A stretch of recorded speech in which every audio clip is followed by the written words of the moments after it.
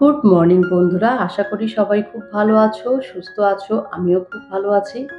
নতুন একটা ভিডিওতে তোমাদের সকলকে জানাই অনেক স্বাগত। আজ সোমবার এখন বাজে সকাল 8:30। 8:30টার সময় চা খেয়ে নিলাম। চা খেয়ে কাজে হাত দেবো। আজকে আর ডেইলি ব্লগ তোমাদের সঙ্গে শেয়ার করব না।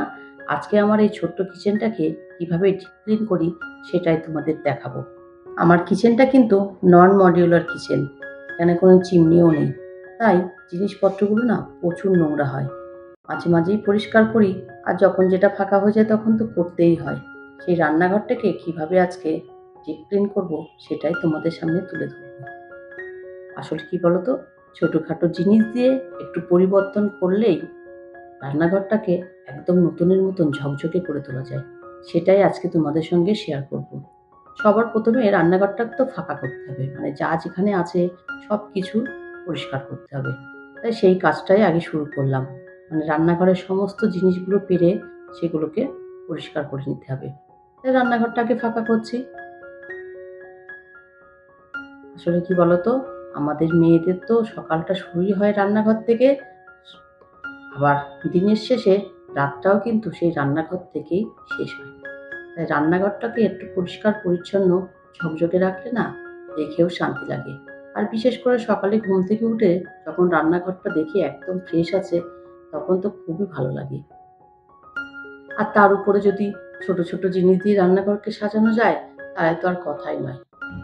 আমরা গৃহবধূরা সংসারের একটা জিনিস যদি বাড়িতে আসে, সেই জিনিসটা নিয়েই খুশি হতে থাকি, সে ছোট হোক বা বড়ই হোক।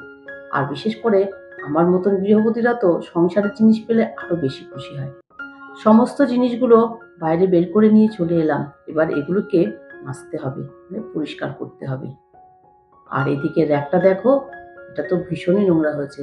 নিচের দিকটা যা হোক পরিষ্কার করি মাঝে মাঝে, কিন্তু উপর থেকে না কিছু নামিয়ে পরিষ্কার করা সম্ভব হয় না। এদিকে পরিষ্কার করতে করতে টিপটিপ করে বৃষ্টি চলে এসেছে। তাই ভাবলাম যতটা পরিষ্কার করতে পারি জোরে বৃষ্টি আসার আগে ততটাই করে ফেলি। জোরে বৃষ্টি আসছে, ঘরে উঠে যাব। কিছুটা পরিষ্কার করতে করতে ঝমঝমিয়ে বৃষ্টি চলে এসেছিল। আর এগুলো কি বলতো, সিঙ্কে দাঁড়িয়ে দাঁড়িয়ে মাজাটা না অসম্ভব। তাই বাইরে তো অনেকটা জায়গা আছে, তাই বাইরে নিয়ে চলে এলাম এগুলো মাজা ঘষা করার জন্য। আর দেখো, ঝমঝম করে বৃষ্টি চলে এলো। ভাবলাম বৃষ্টি হচ্ছে হোক, ততক্ষণ আমি ঘরের গ্রিলগুলো পরিষ্কার করি। মানে রান্নাঘরের যে গ্রিলটা, এটা তো যে কী অবস্থা হয় সেটা সবাই তোমরা জানো। যতটা সম্ভব ভালো করে ঘষে মেজে পরিষ্কার করে ফেললাম। আর এদিকে দেখো, এই একটা মার্বেল দেওয়া আছে, কারণ এখান দিয়ে না হাওয়া ঢুকে, গ্যাস জ্বলতে চায় না, তাই ওইটা ওখানে বেঁধে রেখে দেওয়া থাকে।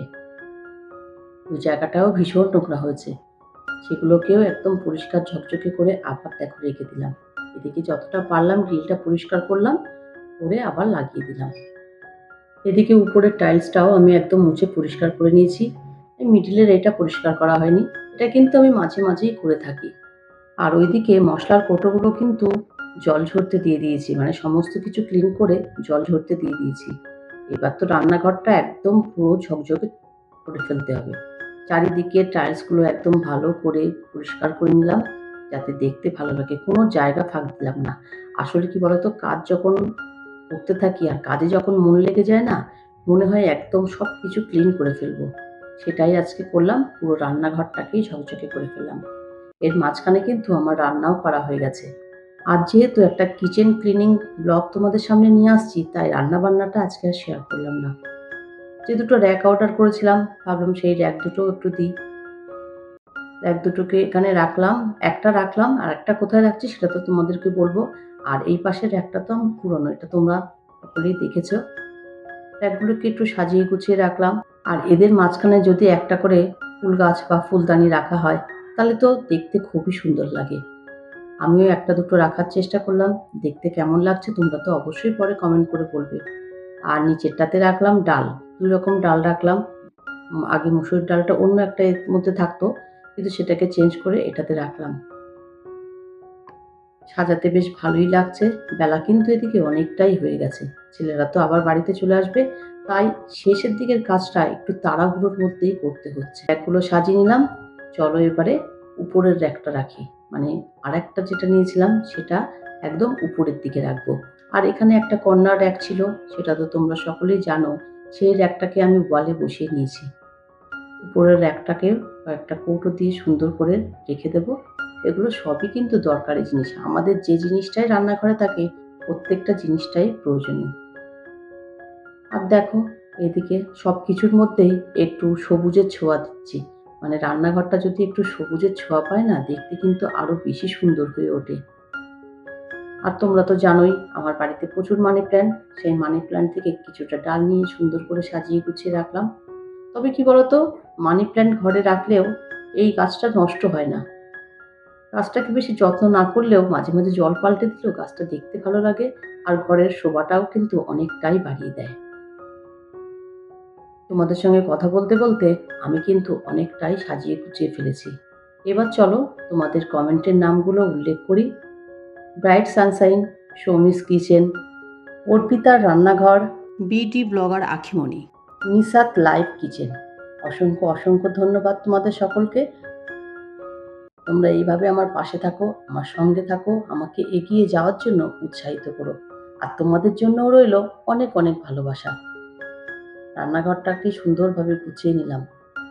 যেদিকেই তাকাচ্ছি মনে হচ্ছে সবকটা জিনিস যেন নতুনের মতন ঝকঝক চকচক করছে।